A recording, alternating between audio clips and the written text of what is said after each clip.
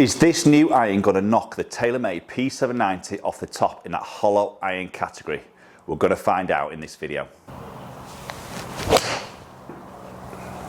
Okay, so the P790 from TaylorMade. We all know it's been probably one of their most popular irons they've ever made. I think we're on the third generation now of the P790, which has just evolved gradually over the periods. They don't want to change something that isn't actually broken. For me, it's an iron that ticks a lot of boxes. It's hollow construction.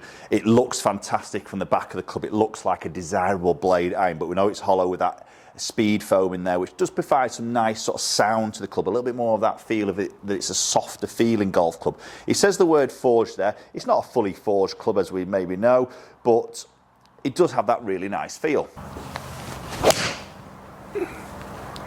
And that's probably a good example on that particular shot. I didn't get all of that. I felt a little bit off that toe. We can see that a tiny bit there. And things are going to drop a little bit, but they don't, do they? And that's again where this forgiveness comes in. So we've got the tungsten in there as well. That's going to help with that MOI, lowering that centre of gravity, helping with the flight in the ball, stabilisation on those missed hits, exactly like that shot there. We've got that slot in the bottom. So there's a lot going on, isn't there, in this particular head? And I think this is where it's a very popular iron, because it does tick, and I mention this in a lot of my videos, boxes. And that's what golfers come. As I see them coming for fitting, they want a very nice looking golf club, a club that looks like a better player's club down by that golf ball if they're moving out of that cavity back, big, chunky sort of iron. We've still got a thickish top line, but not over excessive, little bit of offset, beautiful sort of shaping.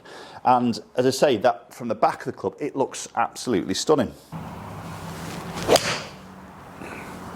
And of course, we know TaylorMade market their product exceptionally well. You've got to give it to them. They do market it well. So it's you know, it is everywhere we look, we see P790, you know, on the TV, adverts, magazines, everywhere we go.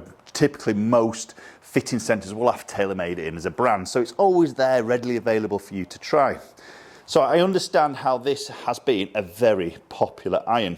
And rightly so. I think it is a good iron. It looks good. It feels good. It's got forgiveness. It's got power, hasn't it? You know, it's again, just ticking those boxes. And obviously we've seen other brands bring out hollow construction irons. Many of them we can sort of spiel off, but not really many of them, if any of them, actually have a material inside. Apart from maybe one I can think of as PXG off the top of my head. You correct me if I'm wrong. If there's any others, do comment down below. So this iron that I feel is going to be a contender to this has that material inside, and for me has a very similar look, and it is delivering and offering some very similar things that this P790 is also offering. Beautiful high ball flight, loads of stopping power on that descent angle. We've got the power, we've got that ball speed there, we've got some super carry there, haven't we?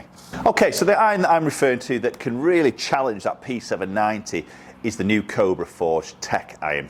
So recently launched from Cobra, and obviously we've seen Forged Tech in the past. This is a little bit different. They've upgraded things. We've got the forging that is gone through a process that is 5 times forged, so they're saying that real sort of soft feel. Again, we've got some really clean look. We know it's hollow. We've got some technology in there, and again, in that playing position, it's a really good looking iron. Very similar to the P790, maybe just a tiny bit longer in that blade length.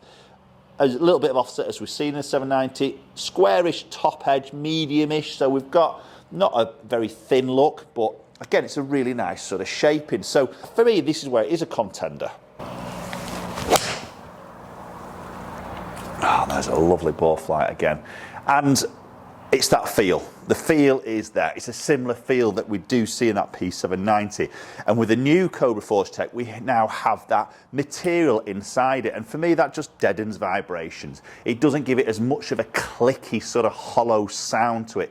Dampens those sound waves and creates a bit more, and I'm not saying it replaces it, but it creates a little bit more of that softer forged feel that you typically like. Most golfers like to sort of see in their irons, but again, they want that forgiveness, they want that power, everything like that.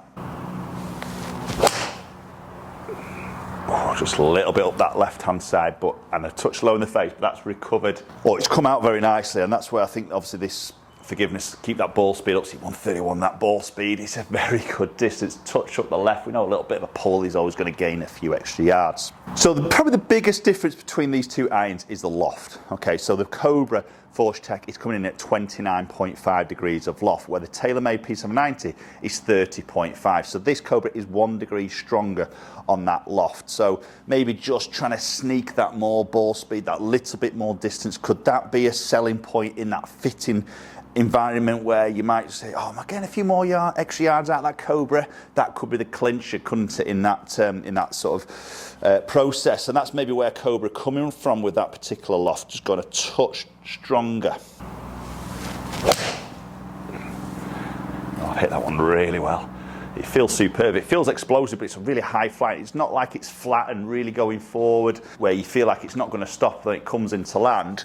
Land angle there, mid-40s is good. And I mentioned in my review video about the loft of this Cobra, I think I sort of felt like I would love to have seen it around that 31, maybe even that 32 degree mark. I understand why they go stronger.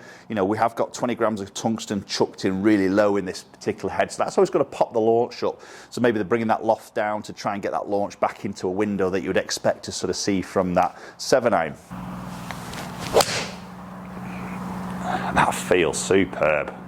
Again, just a smidge up the left, but that's struck really well. I'll have a little bit of distance here. That 201 carry. Now, yes, we know the spin's low. That's a lot to do with the loft, isn't it? So you see that particular one, I mean, I just slightly shut my club face there, and I've just added my path and club face numbers, which I've not done before. I thought you guys might be a little bit interested in terms of seeing my delivery. So you see my club face angle gets a little bit short, and that's a typical one for me. So that's where that ball just starts a little bit left. So I'm just slightly de-lofting that club even more there, which obviously is going to have an effect on that spin number.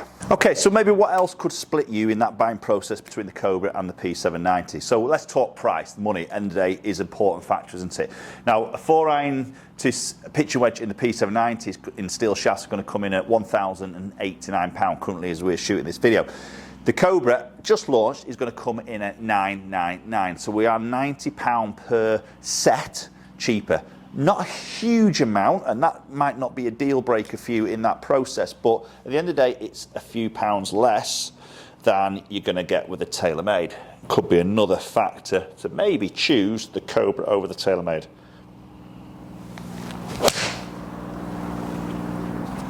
Yeah, that's a joy to hit. Really, really enjoyed hitting that iron from Cobra. Okay, so let's look at some dispersion rings. So TaylorMade in the white, Cobra in the orange. So obviously we've got a 1 degree loft that we need to maybe just think a little bit about. Dispersion rise right to left, little bit tighter with the Cobra there, and obviously you can see a little bit tighter from front to back dispersion. Those slight little miss hits was probably a little bit more consistent there in relation to the TaylorMade. That was a little bit of a left to right shape, so we all know that's going to lose some yards, and that's possibly a little bit more me. Well, it is a little bit more me than the actual club itself on that particular batch. So maybe the Cobra just edging it on those little short batch of hit. And then we're going to look at the numbers, and these numbers aren't really surprising considering we do have that 1 degree difference of loft. So you can see club head speed pretty identical. We can see ball speed 130 against 128. So we are a little bit faster with the Cobra, 1 degree stronger on the loft. That has clearly made a little bit of difference at that launch angle, slightly lower on the launch, and obviously slightly lower on the spin as average. So that is always going to squeeze us some more yards. More ball speed, less spin is going to make the ball go further. So you can see 198 as an average on that carry against that 198, just short of 192 with the P790. And also then a little bit flatter. So that might be just a bit of a difference now as a performance that's coming into things a little bit now, isn't it? You know, and that's what throws me back to the review video I did of the Cobra. I would love to have seen that loft be a little bit weaker. Maybe that 30, same as the P790, why not 30 and a half, maybe that 31 degree area. You would have got some very, very similar numbers to the Cobra. For me they're just a little bit lower spin, a little bit flatter on its fly, little bit low on that land angle, just sometimes might be a little bit harder to control when the ball comes into land. Okay, there we go. Cobra versus TaylorMade. Let me know your thoughts on which one you would go for and why in the comments down below. Hope you enjoyed the video, and I'll catch up with you all very soon.